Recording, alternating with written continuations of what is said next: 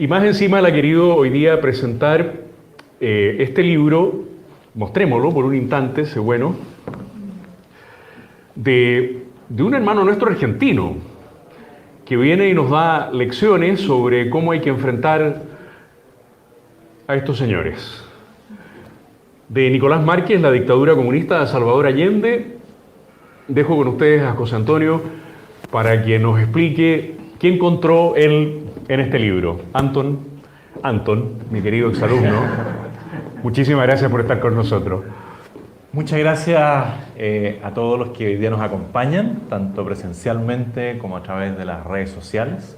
Hoy día la comunicación virtual es muy relevante, muy importante. Y nosotros hemos ganado un espacio que nos los han quitado algunos medios tradicionales, medios nacionales, que muchas veces no consideran como corresponde nuestras opiniones, nuestra posición, pero en las redes sociales hemos ido marcando una línea.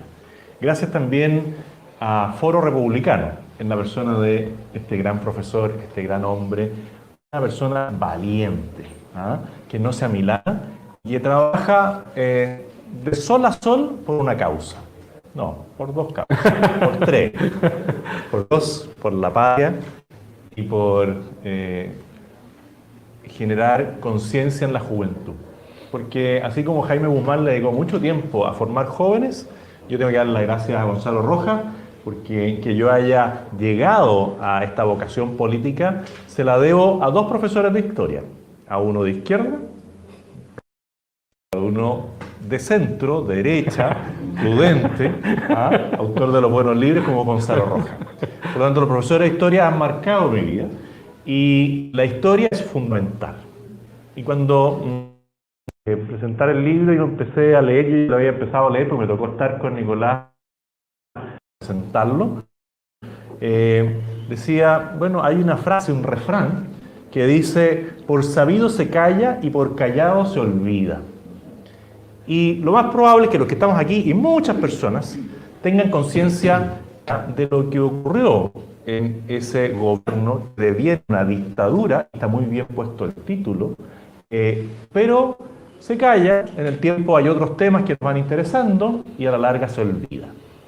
Y Nicolás Márquez parte en su presentación diciendo, en asuntos políticos, pasado reciente,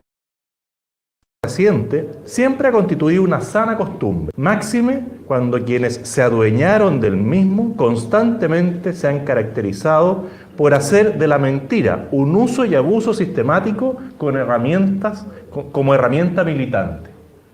Esto es muy cierto. Y nos enfrentamos cada día a cómo se reescribe la historia. Lo más increíble es que ellos comienzan a reescribir la historia en el mismo momento. Es impresionante, porque Salvador Allende llevaba pocas horas muerto y ya comenzaron a reescribir la historia. Y filtran un audio con una broma socarrona, ¿no es cierto?, que dice, bueno, lo mandamos en el avión y el avión se cae. Eso es una broma del momento, ¿no es cierto?, pero lo usa la izquierda hábilmente para decir aquí no iban a solicitarle la rendición, ni la entrega, ni la capitulación, sino que lo querían matar. Si hubiese sido así, toda la familia habría sufrido mucho más, ¿no es cierto?, de lo imaginable.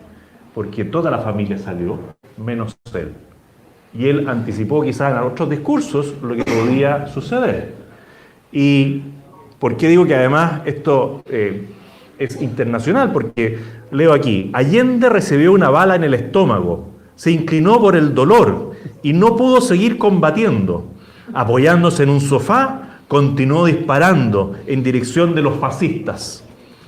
Hasta que un segundo proyectil lo impactó en el pecho. Luego cayó y estando moribundo fue acribillado a balazos. Y aquí viene el adjetivo argentino tan bueno siempre. Mintió el tirano Fidel Castro el 28 de septiembre en la Plaza de la Revolución. Miren, ya estaban inventando el mito. Y después otro para la historia. Alrededor de las 4 de la tarde, el general Palacios se dirigió al tercer piso con su ayudante y un grupo de oficiales. Salvador Allende los esperaba. La sangre manchaba su ropa. Perdón. No se escucha nada. Vuelvo a comenzar. Gracias, Gonzalo Rojas. Claro, claro. Bueno, pero sigo. Alrededor de las 4 de la tarde, el general Palacio se dirigió al tercer piso con su ayudante y un grupo de oficiales. Salvador Allende los esperaba. La sangre manchaba su ropa. Falta decir que era una camisa blanca como la de Napoleón, y todos los dichos de Napoleón. Allende le gritó, traidor, y lo hizo y lo hirió en la mano. Allende pereció durante el intercambio de disparos con esta patrulla. Luego cada oficial, según un rito del ejército, dio un tiro de gracias al cuerpo. Finalmente, un suboficial le deformó la cara con la culata de su fusil. ¿Y quién es el autor de esto? Gabriel García Márquez. A ese nivel hemos llegado de la mentira y de la reescritura de la historia. Y eso es algo que nosotros no podemos olvidar. La izquierda reescribe la historia. Incluso si tiene que matar a los amigos, como lo vamos a ver un poquito más adelante. Y qué duda cabe de que Chile ha tenido periodos de tensión, de dificultades, de disputas, pero los 1000 días de Allende fueron una constante batalla entre personas, ideas, instituciones. Ni un solo día de esos 1000 días hubo paz en Chile.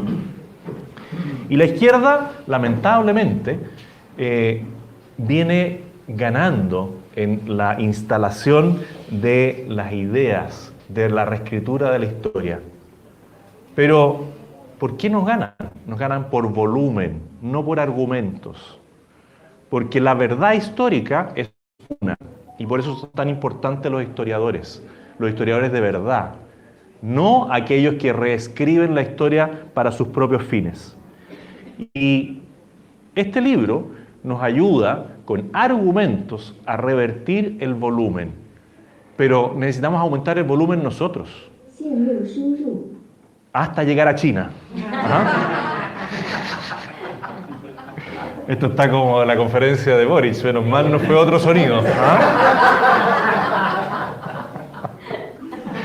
Entonces, ¿qué tenemos que hacer? Porque los argumentos los tenemos. Y en esto nos han colaborado infinitamente distintas personas. Aquí tenemos a Adolfo Paul, que ha escrito varios libros con argumentos, con citas que nos dan toda la posibilidad de conocer nuestra historia. El tema es que muchas veces el libro llega, se instala, no estoy diciendo que sea yo, en la biblioteca y queda ahí. Y lo importante a veces no es que uno sea capaz de leer todo, sino que sepa dónde está y qué cita va a utilizar. Pero uno tiene que estar documentado, y en esto es fundamental conocer. Y después de conocer, comunicar. Porque no sacamos nada acumulando conocimientos si no los damos a conocer. Y hoy día darlos a conocer implica ser usuario de las redes sociales. Tener un smartphone. Ajá. Tener Twitter. Ajá. Tener, no, YouTube tiene. Ajá. Instagram también tiene. Ajá. Pero TikTok, algún día lo vamos a ver bailando. Ajá. Pero tenemos que utilizar las herramientas que hoy día se nos dan para revertir el volumen que tiene la izquierda, porque los argumentos los tenemos nosotros. Y así como está Adolfo, está el mismo Gonzalo Rojas, que ha hecho un trabajo encomiable, no solamente con este libro, sino con otros más, con varios más. ¿Y por qué voy mostrando los libros? Para provocarlos.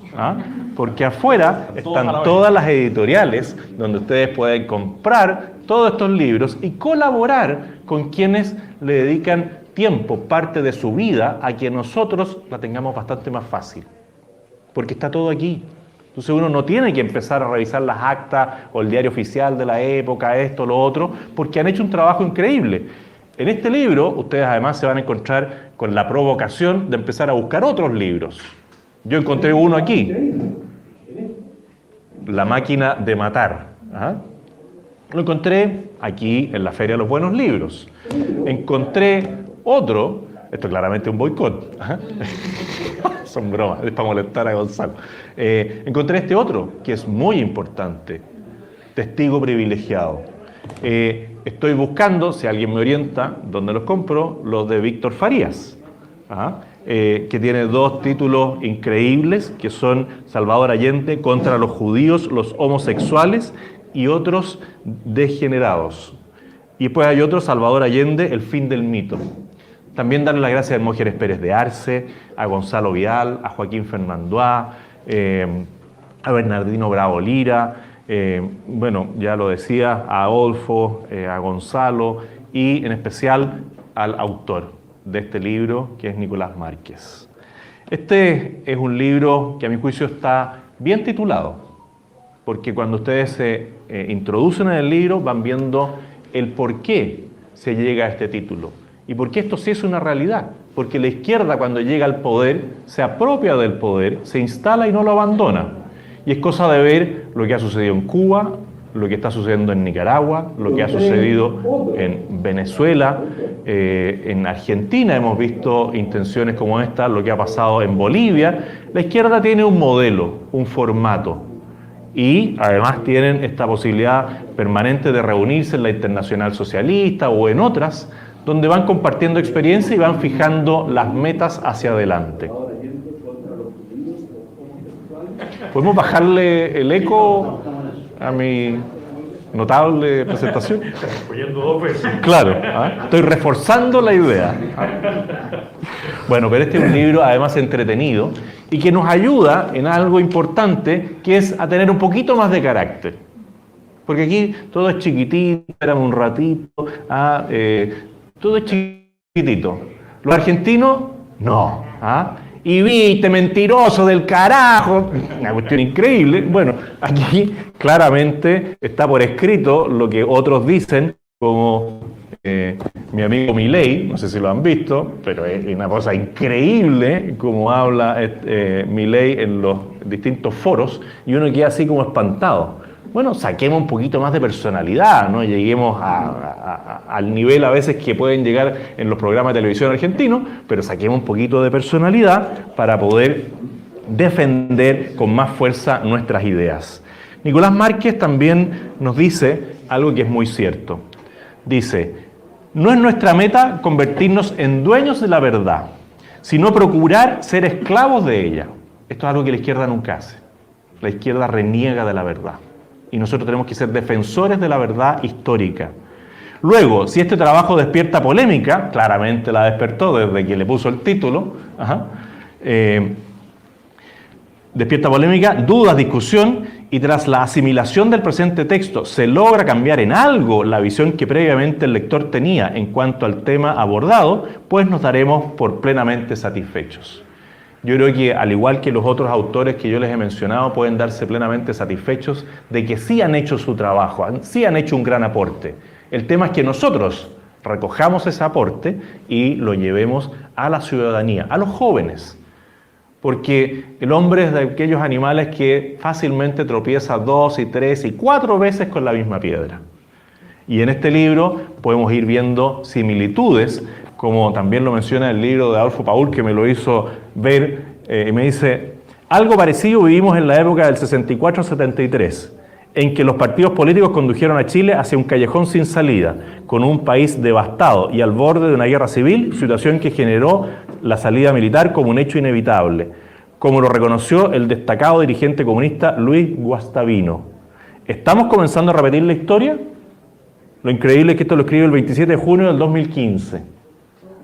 ¿Y qué ha pasado? Bueno, que los partidos políticos nos han llevado a un callejón sin salida, y lo que sí, nosotros encontramos la salida de emergencia. Y la salida de emergencia estuvo en esta ocasión el 4 de septiembre, cuando todos antes de eso decían, bueno, no hay nada que hacer, tenemos que entregarnos. Ahí yo al menos pude decir en un programa de televisión a este gran entrevistador Eduardo Fuente, que me dijo, bueno, ya tenemos nueva constitución, como un año antes. No, no tenemos nada, tenemos una constitución vigente y falta un proceso de la convención del despliegue de la convención y los quiero ver a la salida, porque lo van a rechazar. ¿Ah? No dije exactamente eso, pero iba para allá. Bueno, este libro muestra en su desarrollo la destrucción de las instituciones a la cual apuntaba la izquierda radical. No lo lograron, porque ahí surge el valor patriótico de los diputados, de los ministros de la Corte Suprema, del Contralor, de la Iglesia Católica, que había flaqueado, como vamos a ver también en algún momento.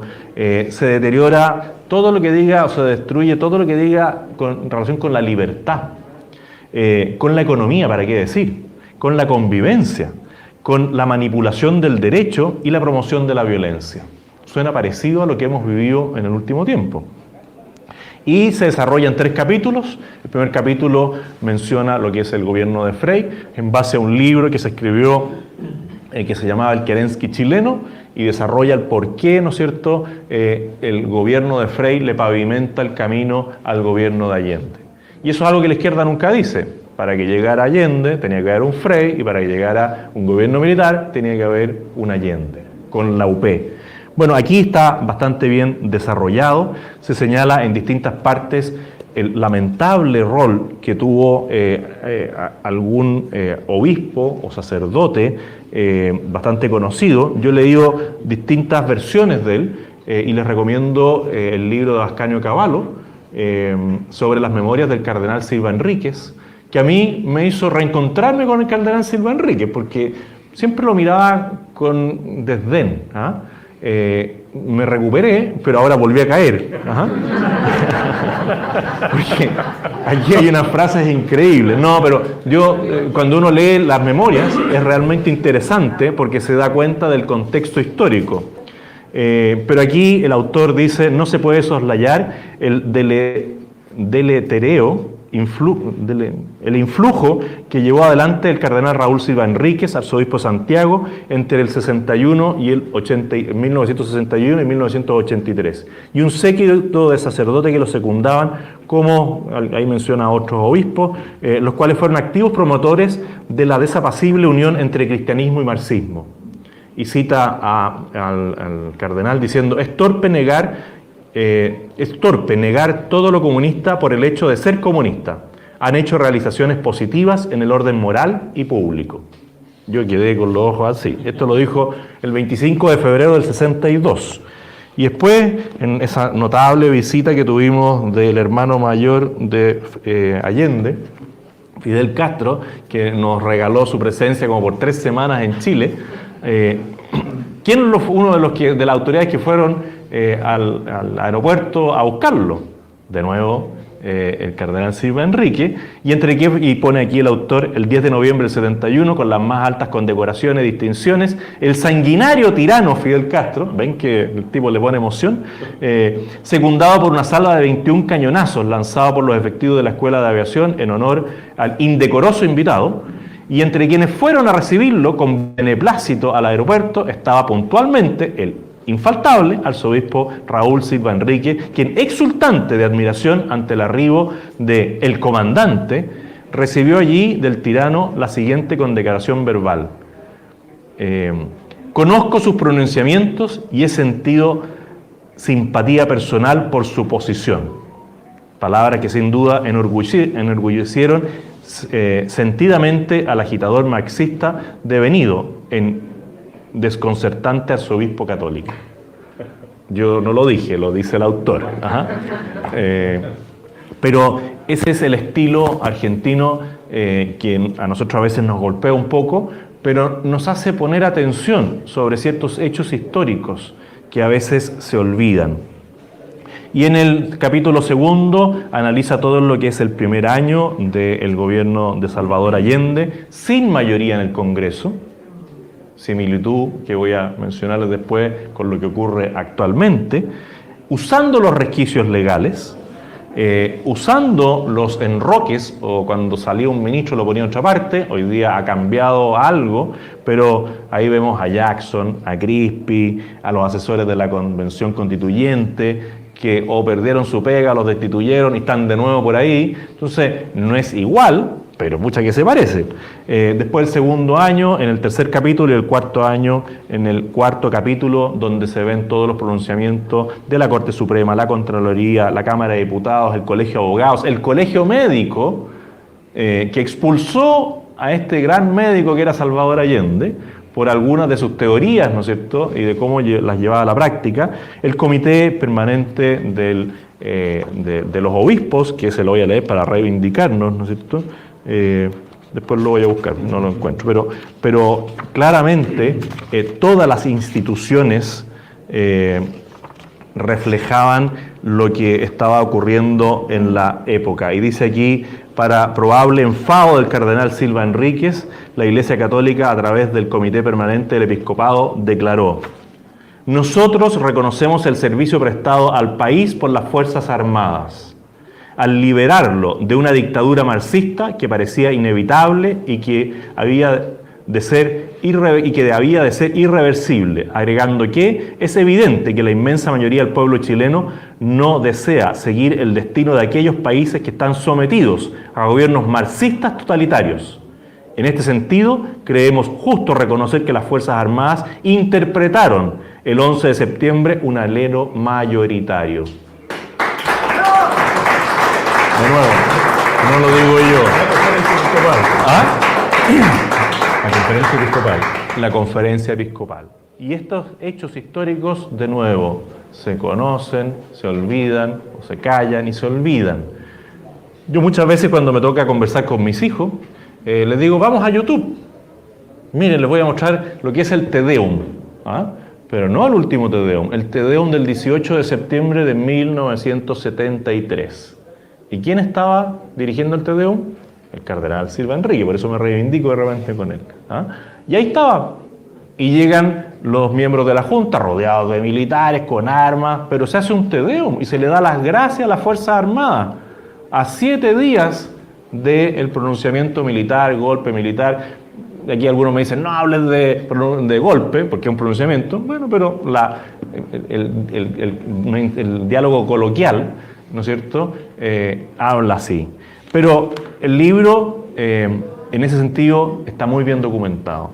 Y yo quiero hacerles ahora algunas relaciones que me fueron aflorando en la lectura del libro, similitudes que se van dando. Similitudes, por ejemplo, entre Frei y Piñera. Frei levanta el tema de la reforma agraria. Piñera, la reforma tributaria. Frei empieza a correrse hacia la izquierda y Piñera nos regala la ley del acuerdo de vida en pareja, nos regala la ley de identidad de género, nos regala la ley de aborto. Increíble.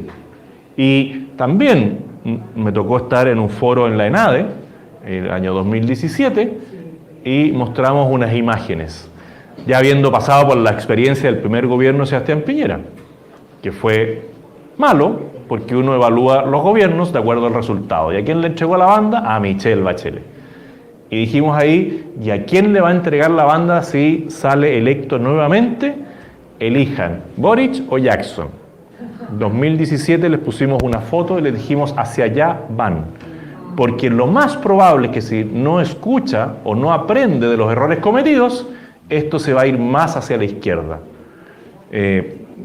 Lamentable profecía, pero revertimos en parte otras de las situaciones complejas a las cuales nos estaban llevando, porque también el presidente Sebastián Piñera entrega la Constitución cuando no estaba ni en su programa, o sea, no estaba en su programa, sino que en el de Guillé, y porque no supo evaluar ni manejar ninguna de las situaciones con las cuales se enfrentó. ¿Y cuáles son las similitudes que yo les quiero hacer entre Allende y Boric? Y me voy a lo que decía el Partido Comunista de Allende. Según informes de inteligencia de la Alemania comunista, el Partido Comunista chileno no apreciaba debidamente la figura del candidato en cuestión. Los camaradas del Partido Comunista tienen clara conciencia del carácter ambiguo de Allende y sus debilidades. Qué similar, es increíble. ¿Qué dice el Partido Comunista hoy día del actual presidente? En privado, algo bastante parecido. Después, todo lo que dice relación con convertir, y esto ya es parte del volumen, un fracaso en un éxito. Un gobierno fracasado lo convierte en un éxito. Y ahí tenemos la revista americana, ¿no es cierto?, en portada, cuando, ¿cómo se llama la revista? Times, pone aquí a Boric, ¿no es cierto?, como un prócer, el líder más joven, cambios increíbles. Mentira, si estamos en un desastre. Alguien de honesto, alguien deshonesto lo convierte en honesto. Y parece duro, pero alguien que engaña a su mujer. Alguien que vive en una condición de riqueza mientras el pueblo está en pobreza. Alguien que abusa de todos sus privilegios. Termina siendo alguien deshonesto. Alguien que en su campaña dice A y luego hace B.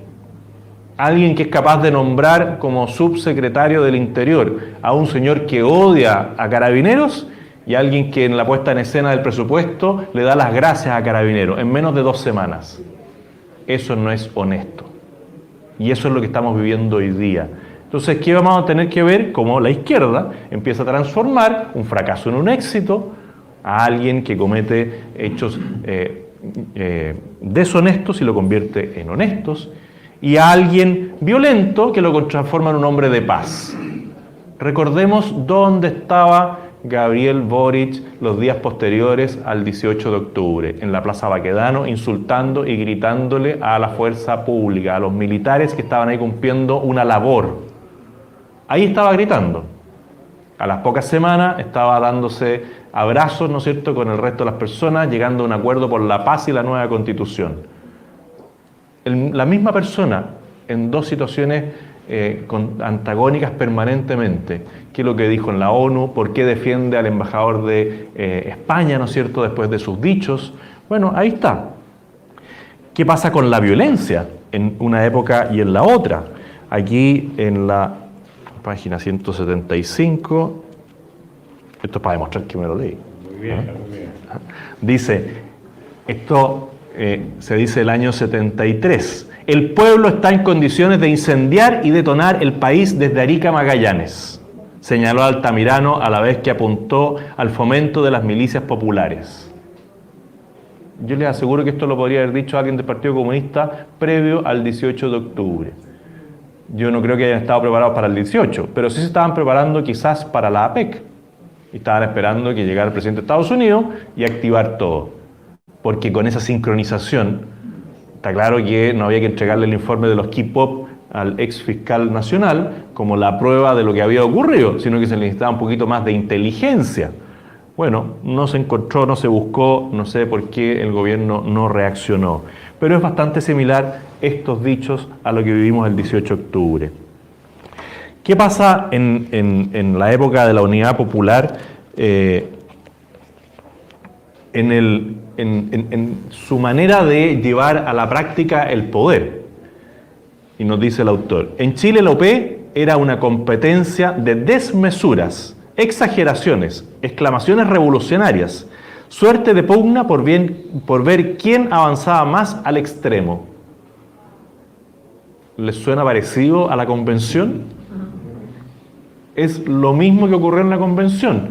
Ellos se apoderan de un poder circunstancial que les da la ciudadanía porque mezclan las cosas, ¿no es cierto?